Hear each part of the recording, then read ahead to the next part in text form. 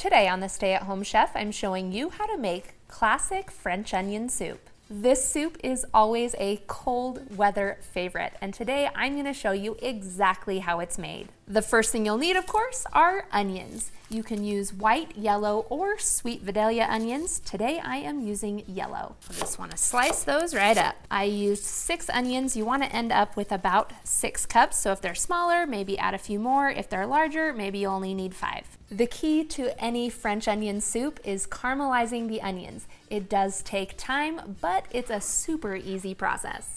Heat 2 tablespoons of olive oil in a large pot over medium-high heat. Then we're gonna add all of our sliced onion into the pot. Your onions should basically fill up the whole pot, but don't worry, they do shrink down quite a bit. For the first 7 to 10 minutes or so, you'll want to stir these over medium-high heat until they start to get tender. Once you have the initial saute on the onions, then it's time to reduce the heat to medium-low. Continue cooking the onions over a medium-low heat until they turn a golden brown, which will take about 25 minutes. Caramelizing onions is a long but simple process. You just need to be patient. While the heat's on medium-low, you'll only need to stir them maybe every 3 to 5 minutes. It takes some patience, but you should end up with this deep golden brown color.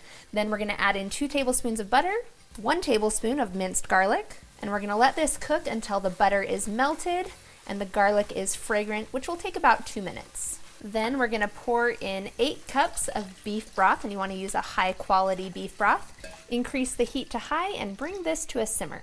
When making soups, I always recommend using a low sodium broth. That way you can control the salt content at home. I start off with about 1 teaspoon of salt and half a teaspoon of black pepper and add more to taste. You'll also want to add in 1 teaspoon of dried thyme. This next ingredient is optional, but it is the classic addition, which is a 1/4 cup of dry sherry.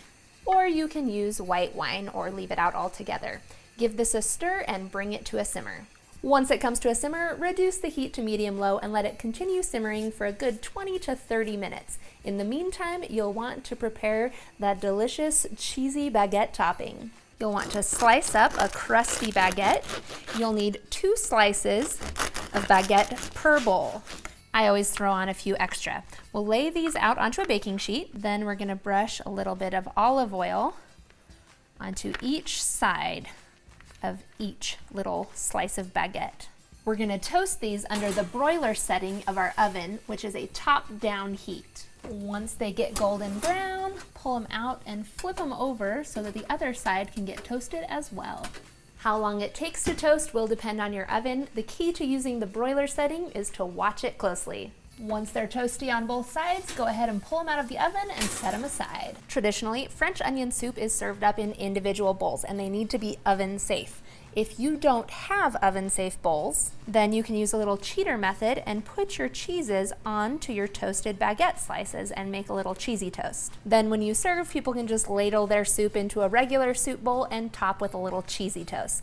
The full instructions will be on my website. For the traditional option, you'll want to place 4 bowls onto a baking sheet, and they should be able to hold about 2 cups of liquid. Ladle your soup into the bowls. Leave just a little room around the top.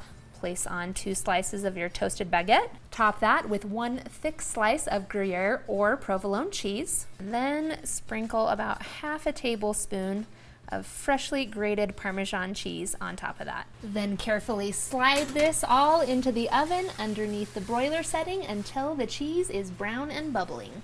Just watch them really closely and pull them out when they're bubbly and browned. You'll want to serve these up immediately while they're still hot. If you want to add a little pop of color to make things a little prettier, just sprinkle on some freshly chopped parsley.